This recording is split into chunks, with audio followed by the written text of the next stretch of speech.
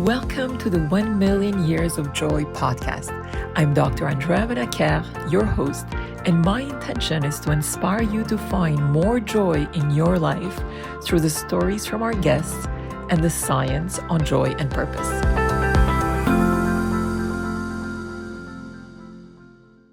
Roch, welcome. It's such a pleasure to have you with us here today. A pleasure to be with you, Andrea. So, Roch, tell us about the journey that you've been on. We had the pleasure to work together many years ago while we were both at Bombardier in the private jets business. We both share the passion for flying. I'd love to really hear your journey over the last couple of years, because I know you've done so many wonderful things. You've lived in so many different countries, and I'd love for you to share your journey with our audience, please. Yeah, absolutely. Great pleasure. First of all, it's great to see you again after all those years. True, a lot of water has been gone to below the bridge, as we say in French. And basically, since the last time, I was working in business aviation. So I started with Embraer for 2 years. Then I got recruited by Bombardier for 3 years. So I would say like it was a full cycle of 5 years of a wonderful experience doing something completely different because I studied international relations. I wanted to become a diplomat. That turned horribly wrong. So I went on to sell wines and spirits in different countries, in Brazil, in the US, in France. And then really turned towards my passion, which was like really aviation and selling aircrafts. So I did that for 5 years. After that, very happily, I got a daughter that joined our family. And I just started to spend more time, I would say, in my countryside in Cognac. That's where I'm from, in France. And really close, we have vineyards, also wine producer, winemaker. So I spend a lot of time with my daughter in the vineyard and looking at really the story of Cognac and really get the feeling for that region. So I'm like, okay, I got 5 years in business aviation. Maybe now it's time to take everything that I learned in business aviation, because as you know, it is a tough job. It is a very demanding job.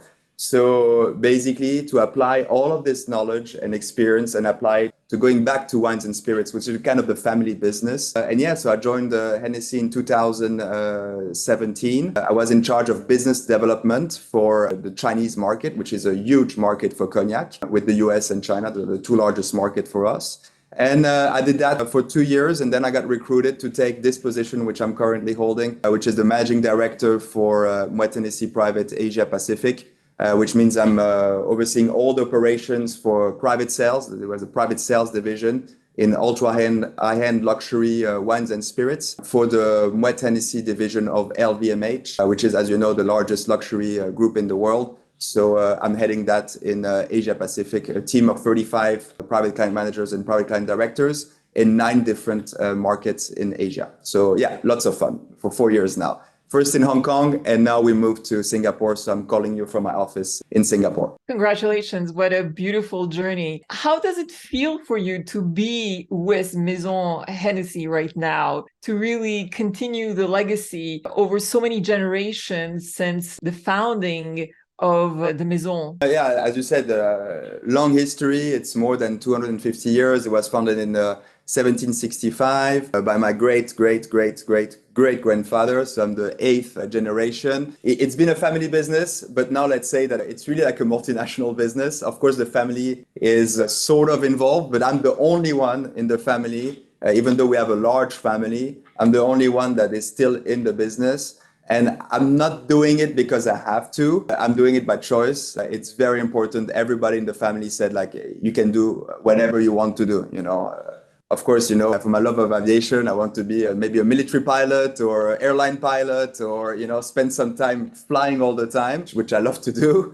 But no, I really wanted to apply my life experiences to this and really connect with the roots. And I said, like, you know, like sometimes you have your happy place, and my happy place is really in Cognac. It's in France. It's where the roots are, and this is my happy place. So every time I feel bad or I struggle or I challenge, you know, I just close my eyes and picture myself on the front lawn and in Cognac, and then I'm in my happy place. I'm in my safe bubble, you know. So yeah, so it's something that brings me joy. So it's one of the things as well. And that gives a meaning to what I'm doing and the way that I develop myself as a human being, but also the way that I give back to my family and the business in general, because I wouldn't be in that position if I thought I didn't have nothing to bring to the business, you know. I'm not there to filling a seat or to say like, he's just there because of his name. It doesn't work like that anymore. It's a multinational. It is a big company. You need to bring something to the table, you know. If you don't bring something to the table, they're not going to keep you for your beautiful eyes, you know. You have to bring something meaningful to the table.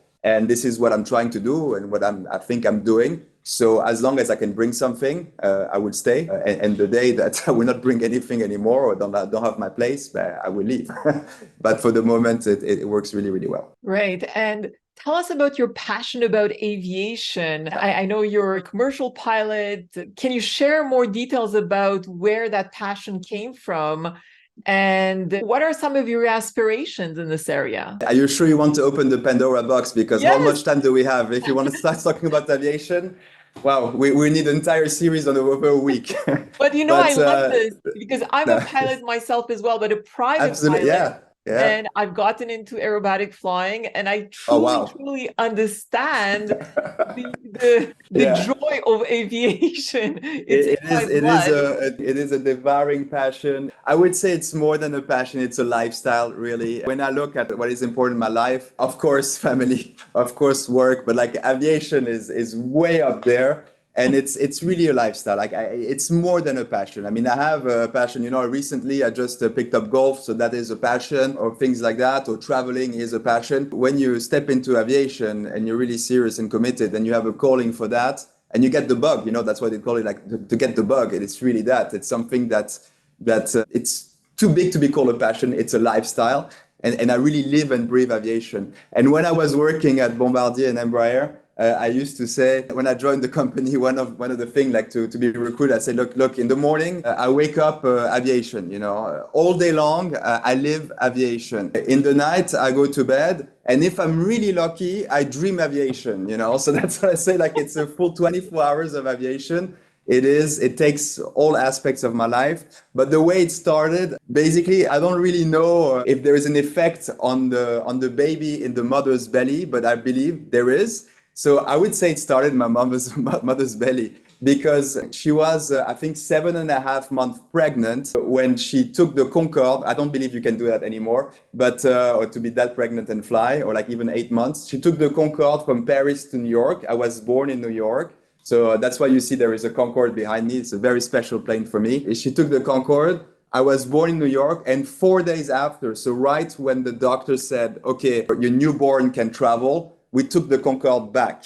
So I was 4 days old when we took the Concorde back. So I don't know what kind of mad, like scientific experiment happened with me in the Concorde, but when I was 4 days old, that's really, really young. So I took the Concorde back, and then I got really, really encouraged by my mother. I mean, I lost my father at a very, very young age when I was 18 months. So he was 39 years old. So my mother really took this role of both father and mother, and really encouraged me. And she knows I'm a boy, so I like fast things, and you know, cars and planes and all of that. All the boys with toys, right? So basically, she always encouraged me, do whatever you want. Flying, of course. She loves aviation.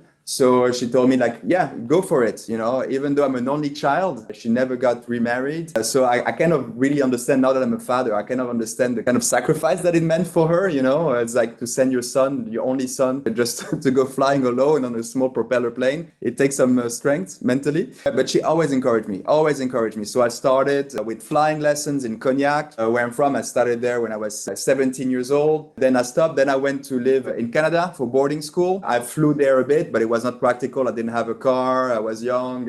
It was difficult. The airport was not next door. So I did a couple of hours in Canada, but not more than that. Then I moved to the US, where I studied in university. So I studied in the Boston area. And basically there, freshman year, I didn't have a car. When you don't have a car, it's really bad to have your PPL, you know, your private pilot license, because you cannot go to the airport easily. And you can imagine freshman year at university. Well, I don't need to illustrate, you know, you can imagine that you think about anything but you know, committing to flying or studying or really taking some time for one particular thing. You want to do everything, and you go, you know, you experience the freshman year at university, especially in the US. And basically, so I started a bit freshman year, and then I was like, I stopped. So this is very common in the aviation world. You can be very passionate, and you can start your license and then stop and start and stop. There are more reasons, and always remember that there are more reasons not to fly than to fly. There can be 1,000 reasons not to fly. It can be no time commitment, financial commitment, personal, health, work. I mean, so many reasons not to fly. So you really need to push for the reason to fly. And I really pushed that at my senior year university. I'm like, Roch, come on, you're living off campus now. You did everything that you had to do, experience in university, freshman and sophomore year and all of that. So now is the time that I finally will get my PPL. And I was living off campus. I had a car, so that I committed myself and like, this is really important for me. I love aviation too much for that. And of course, I got it right away. And that was great. So when I left the US, I got my PPL. I passed it in Boston, Hanscom Field. And then I went to live in France. And really quickly, so we're talking about 2009, really quickly, I decided to go for the next step. And then it got super addictive, right? Because you always want the next qualification, the next step. Yeah, I want to fly when it's bad weather. Yeah, I want to fly at night. Yeah, I want to fly big planes. Yeah, I want to go fast. Yeah, I want 2 engines. Yeah, I want to do that. I want to do that. I want to do that. Yeah, I want to be call captain. I want to have a commercial license, you know?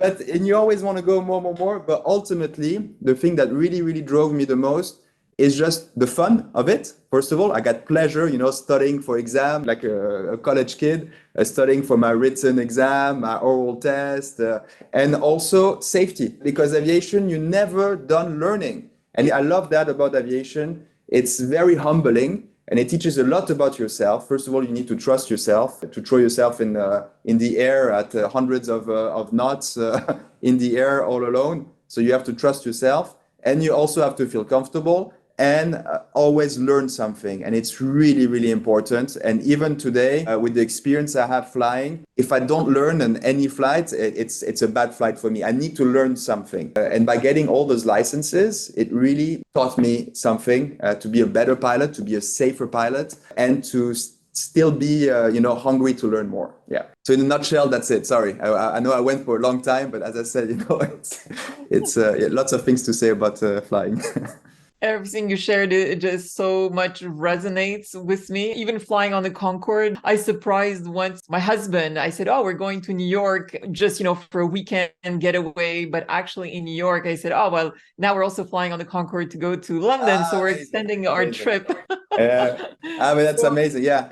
And actually, just to close the story, freshman year was 2003. So it was around May when the school year ended. My mother surprised me. She knew that the Concorde would stop flying in 2003. She's like, look, we have a special history with the Concorde. My birthday is in April. And she's like, look, my gift to you is I give you like a ticket, one-way ticket from New York to Paris on one of the last flights on the Air France Concorde because it stopped on May 31st. So I took a flight. It was, I think, May 25th. So like 1 week before the last flight. So one of the last flights of the Concorde of Air France. So that was just to complete the story. So because the two first time I don't remember, one I was in my mom's belly, the other one I was 4 days old. So I cannot really say I flew on the Concorde because I don't remember it. So my mom made it right and be like, look, birthday gift to you.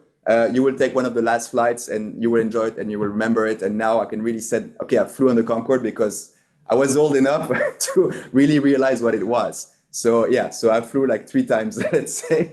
But only one time I can really remember. And wasn't it incredible when you're so high up that you actually see the delineation? Of the, exactly. Yeah. And the space, you look up and it's black. Exactly. Yeah. And you can actually see the separation between day and night because you're so high up. It is unbelievable. I have to say the seats are not very comfortable, but who cares, right? And I think it's the only time where I didn't have any jet lag, because you go so fast that you don't have jet lag. But what a wonderful piece of technology and human engineering. And I believe it's through innovations like that also that we develop mankind, and I think it's a bit sad today that we don't have a supersonic plane. And that was in 69. First flight of the Concorde was 1969, the same year that we put a man on the moon as well. So, it's kind of an era of the top ingenuity of mankind. When we work all together, it was French and the British and even the NASA. There were lots of different American and European engineers, like where we all work together, what we can achieve, which is amazing. Yeah. I fully agree. And I know that there are some companies looking into developing next generation of supersonic planes. Really looking forward to that. I don't know. I mean, to be honest, I'm quite optimistic. But in that case, I followed, of course, a lot of those companies, but yeah, it doesn't materialize. I mean, you have a lot, of course, of political and environmental, a lot of things Yeah. to consider. But I have faith also, maybe not me, but my daughter will fly on a supersonic plane, I hope. The passion that you have, as you said, it's even greater than a passion. It's just so much joy for you, from what I can feel as you're describing your experiences on different types of plane and your continuous evolution. What are some of the next aspirations that you have in terms of taking your piloting expertise to new heights? I'm curious to learn. No, of course, we're always looking at the next thing, always looking at the next plane, always looking at the next rating and so on and so forth.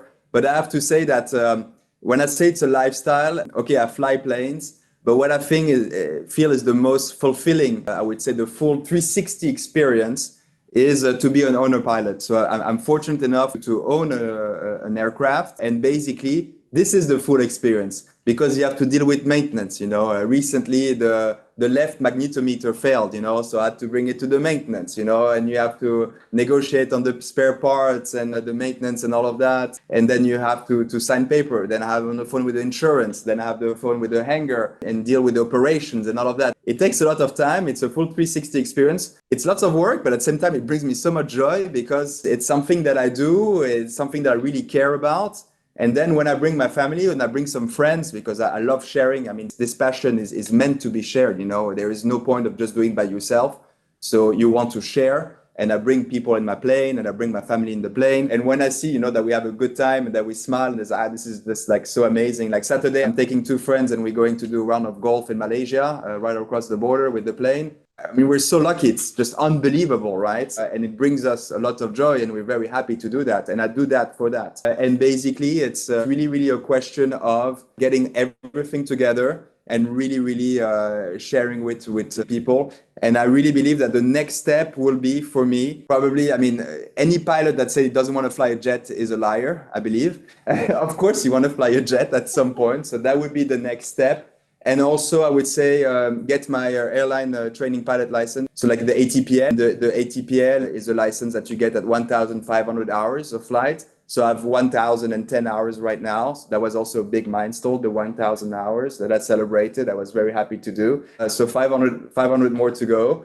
And then I would get this license. And then at 1,000 hours, you have like a bunch of ratings that you can have as well on some very exotic planes. 2 weeks ago, I was in London, close to London in Goodwood, and they have a hangar with Spitfires, and this is something that you can get a rating on, like flying like a warplane, like a Spitfire from World War II, or you can fly Albatros L-39, which is like a training jet from the Czech Republic that is used a lot by private pilots, to fly jets. So this kind of things that open up at 1,000 hours. So I'm looking at that. Of course, one of the most fun rating everybody told me about, it is the most fun you're going to have in a plane, is the seaplane rating. So this is something also quick and easy. I think it's 3 or 4 days. So absolutely everyone in my flying club here in Singapore, we're all dying to go to the US, but it's very hard from Singapore because it's at least 16 hours flight. So you don't do it on a weekend. And to go to the US to do the seaplane rating. Yeah, absolutely. So lots of things in store. Great. And you talked before about your daughter, who's now 6.5.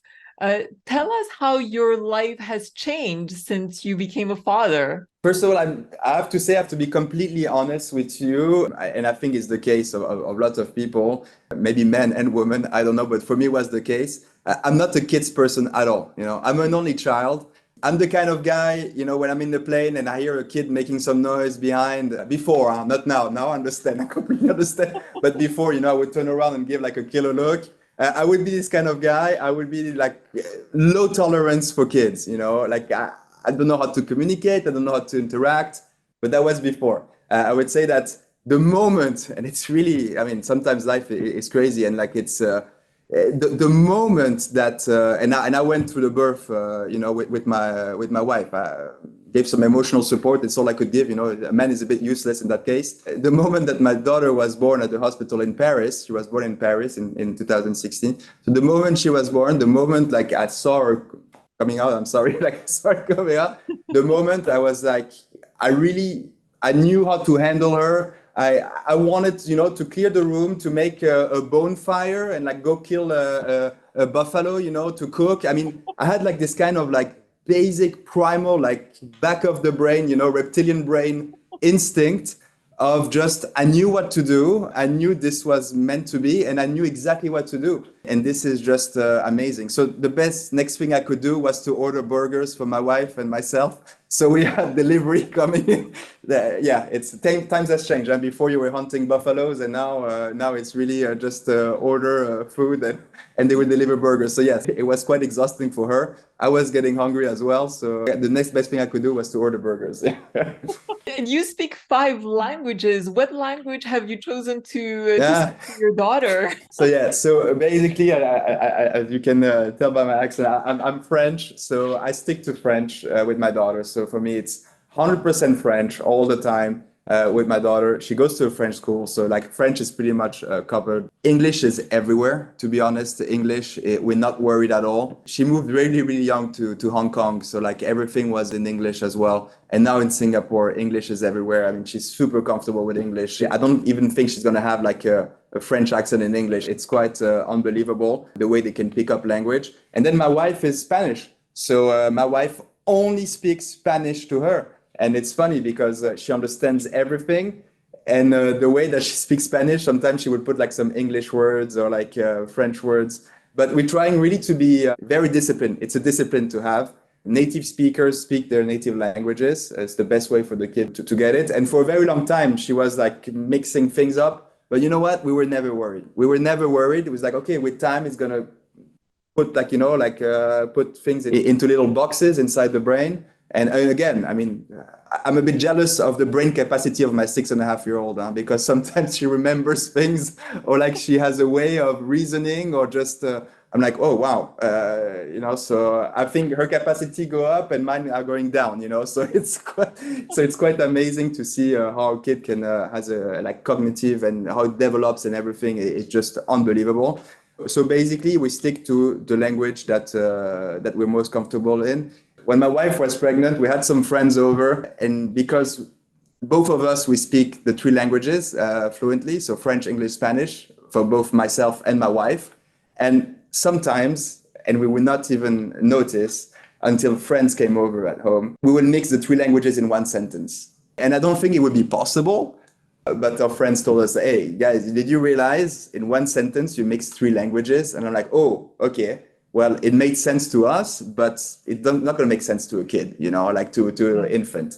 So that's why we said, like, okay, discipline. So we choose a language. So French for me, Spanish for my wife, and English is just the common language. Yeah. And when we talk about joy and the world that your daughter is being brought up in, what do you think we would need to do collectively to actually bring more joy to this world, particularly for the younger generations, to ensure that the world that they'll live in is going to be joyful and welcoming and full of compassion?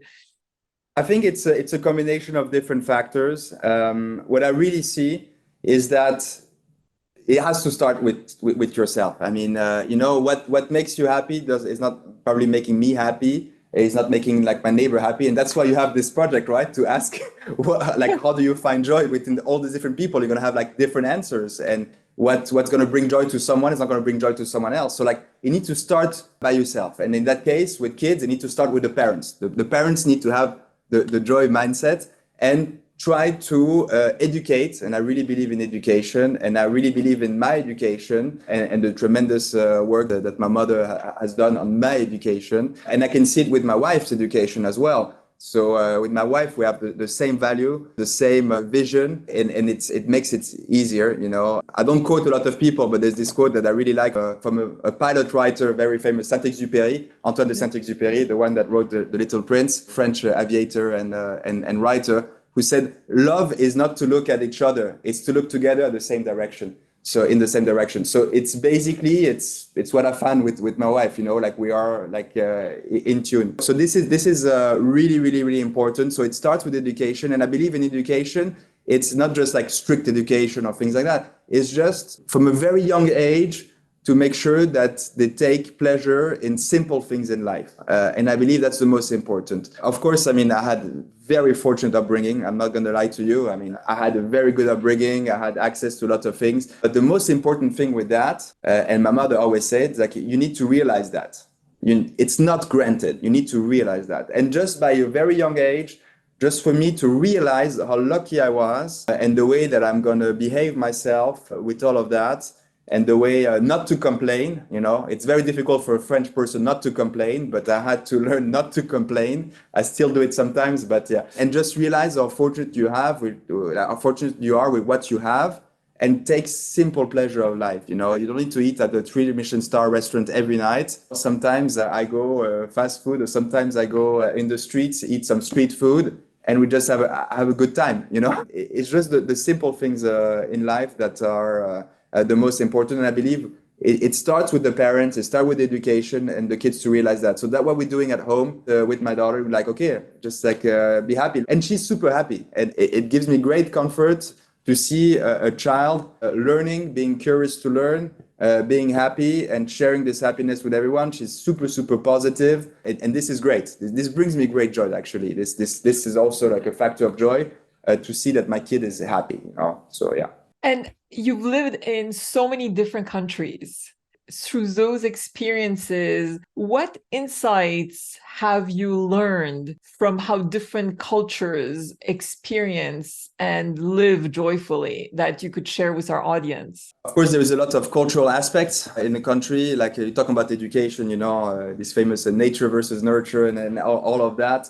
It does play a role for like the development of a human being, of a society, of a culture. But I can say that, first of all, to live in different countries has been a blessing, a true blessing, because I think it is nothing more sad than just people, staying there. It's like, okay, this is my reality, and I don't accept any other reality. And to kind of like, have only like a tunnel vision, and not look outside, and the more I get older, the more I can see like things are not black or white, things are gray. So there's a lot of things to consider, right? And if you look at anything that's happening in the world, there is no right or wrong answer. It's never the case, and that's why from a very young age, I wanted to learn, diplomacy. I was really curious about different culture, different countries. My mother comes from close to where you come from. My mom comes from the border of Romania. Actually, she comes from Serbia. So I was brought up with different cultures as well. They moved to Germany after, and father is French. So yeah, a bit of a melting pot, European melting pot, and then living abroad in the US, in Canada, and also in Brazil, and now in Asia. I would say what I learned in those countries is a different style. Of course, very similar Canada to the US, I would say, even though Canadians are a bit more chill, I would think. They have like a different way of enjoying. I loved my time in Montreal, by the way. It was lots of fun. But in Brazil, where you have a country that is a big developing country, I would say, that is a country with lots of resources, natural resources, a developing economy, some amazing companies, educated workforce. Brazil is really the country of the future. However, they have an endemic problem, with how things are politically, and of course a big disparity between the elites and the working class. So you can see that more and more the middle class is developing in Brazil. However, it's undeniable, and you see when you live it there, you have those people living in the favelas and all of that. A lot of violence, a lot of insecurity, and things like that. And I love Brazil. I mean, I speak the language. I lived there for 2 years. I loved my experience there. I lived in São Paulo. I absolutely loved it. I worked for a Brazilian company after that with Embraer. Went there quite often. My best friends are Brazilian. So like I dated Brazilian girls, of course. That's something before I got married. That's something also that brought me really close to the country, to really have an understanding, travel a lot in Brazil. And I can see, and a lot of people will tell you that the people in the street are, even though sometimes they struggle, there is this pure happiness that they have. There is this joy in simple things like music, like food, like getting together, like simply enjoying. And it was really humbling to see that and be like, okay, like the country is not that easy to live in, It was good at my time because I was freshly graduated. So like it was a good time to go live there. I don't know if I could live there with my daughter now. That's a different story. But basically what really, really, really stayed with me was this capability of the people to be naturally happy in a difficult environment. And I'm like, wait a second, if they can be happy in that kind of environment, I have everything. So, I mean, I have to be like the happiest person alive, right? Because I cannot complain. I have absolutely everything. So that was also really a humbling experience that you can see in different countries in the world. But in Brazil, it really, really was something that stuck with me in the experience. And then in Asia, it's something completely different again, the cultures. I started learning Mandarin as well to understand the culture because through the language you understand the culture. But Mandarin is really, really bad. But the thing is that it's a different concept of happiness. It's different sets of values as well, which resonate with me because I'm happy. I've been living here for 4 years and I love it. And I love Asia. And I love the differences between Japan, between Malaysia, even Asia Pacific. So with Australia, of course, mainland China, everywhere is a bit different. Singapore is also different. It's quite amazing to be able to see how people interact with the environment, how people interact as a community, as a society, and to take the best out of all of that. And with all these wonderful experiences that you have shared, what has been the moment that brought you the most awe in your life? That's a tough one, huh? That's a tough one. You don't want to narrow it down a bit? I had a lot of awe-inspiring, which is good, which I like. The birth of my daughter was definitely an awe-inspiring moment because it's something that it just unlocked something in me that I didn't know I had. And it just was I completely, I mean, I didn't lose it like I cried or anything like that, but I was just like, I don't know what it was like happening, like an adrenaline rush, or I don't know what was happening, but something happened that changed me forever. So that was definitely a moment that, was, and I want to say I was not expecting this. That's also something that sometimes you work towards an awe-inspiring moment, right? Like you achieve it through hard work, through practice, to training, to whatever. You work towards that goal. And that can also bring you something. But this one I was not expecting at all. It was a pure surprise. So that was one of them. The other one that for the other example, because I talked about you worked hard for it, was actually when I got my IFR, my instrument flight rating, and this is something that really, really bring me like awe-inspiring moments, like instantly when I got it. And why? Because it was through hard work. It was through a lot of dedication. No, I wouldn't say like sleepless night, but it was a lot of work, a lot of commitment.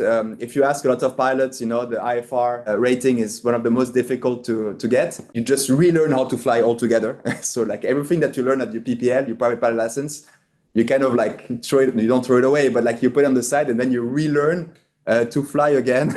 Without looking outside and just trusting your instrument and trying to communicate in a different way, doing the flight planning in a different way, obeying different rules and all of that, different procedures. So you have to relearn everything. And it's really tough. And I was doing it while I was working. So I was doing it on the side as well. So it's lots of sacrifices as well on the personal life and, trying to combine the work with this.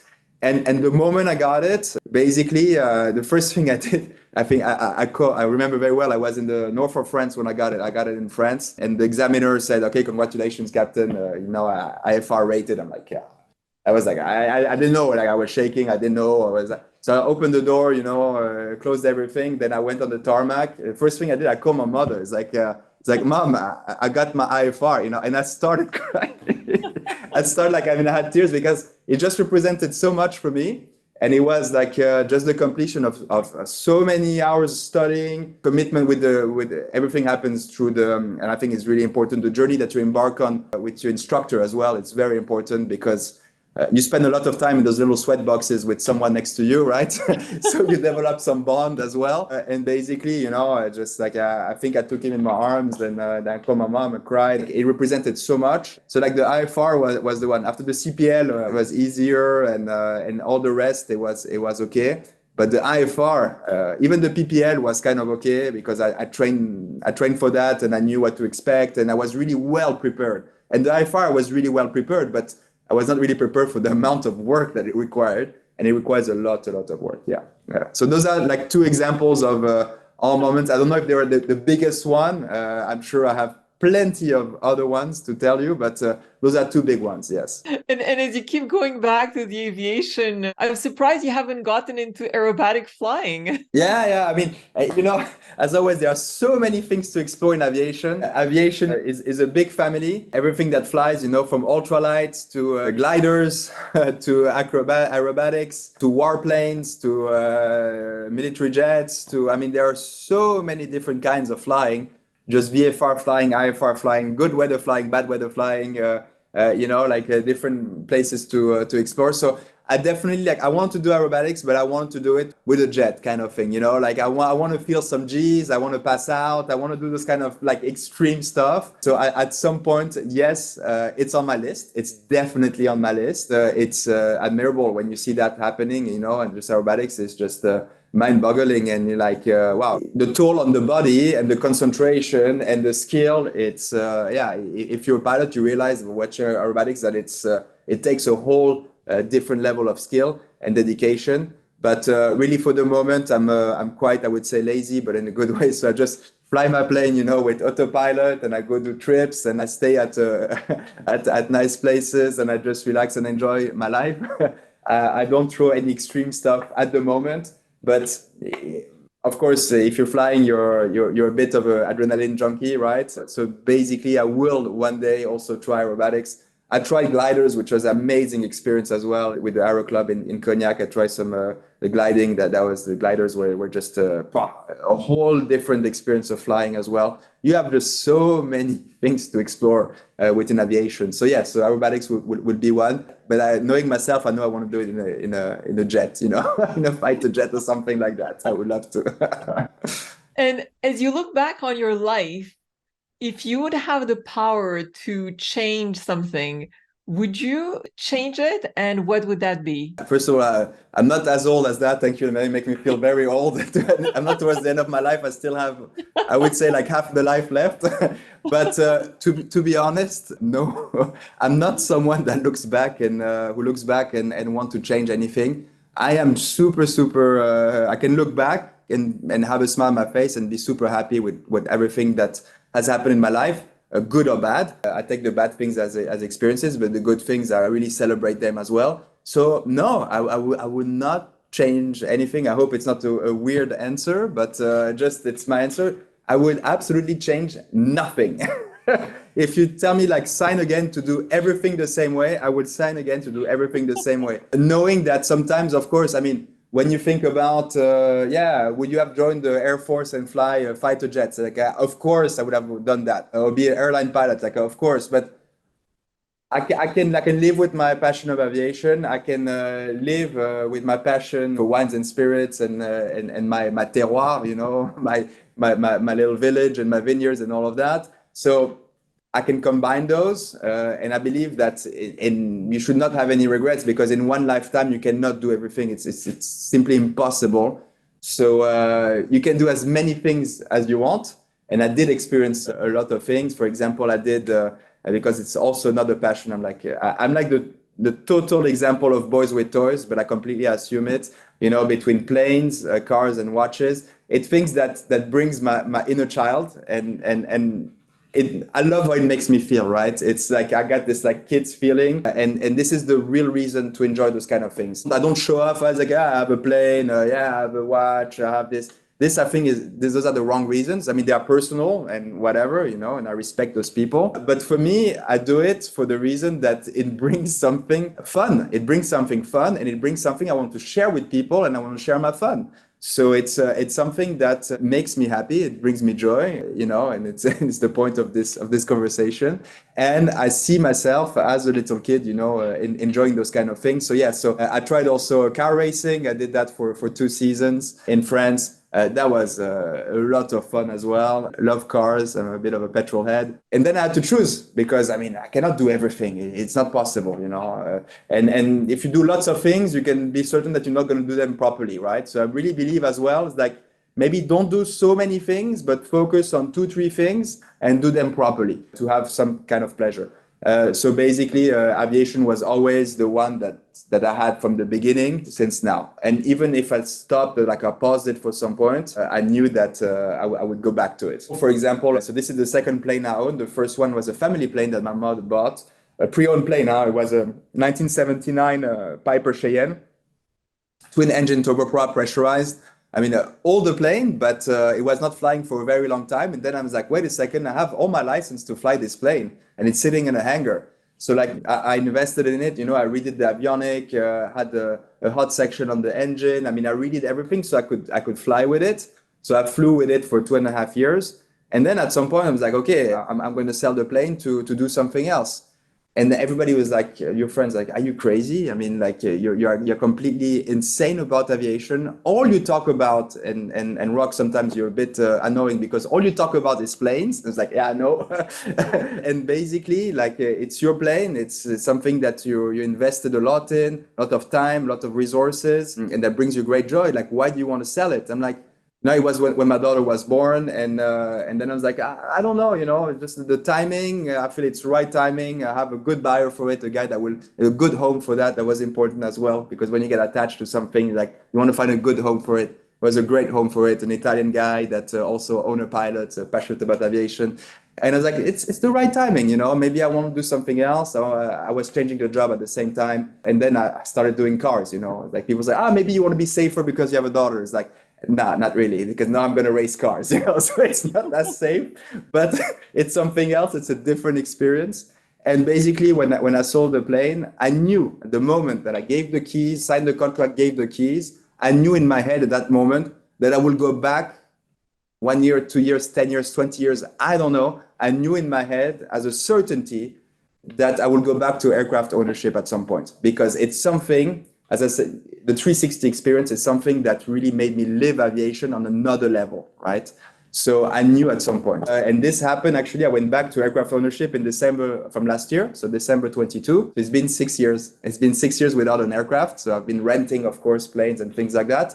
So I knew, I don't know, I didn't know if it was 1 year, 2 years, 10 years, but it was 6 years. But I knew a certainty that, and if I sell this plane, I know that I'm going to buy another plane. So at some point, whatever it is. So yeah, so no regrets, absolutely no regrets. Roch, it's been such an immense pleasure to speak with you today and to hear everything about your passion of aviation. It's been really wonderful, and so happy we reconnected. We look forward to possibly seeing you in person and maybe flying together one day. Who knows? Absolutely. If you ever come to Singapore, you have a seat. You can choose back seat or front seat. But if you're a pilot, you go to the front seat. But I'll give you the choice. But I was told the back seats are very comfortable, but I never use them, so I don't know. But I trust the passengers. Yeah, thank you so much, Andrea. It's been a pleasure. Likewise.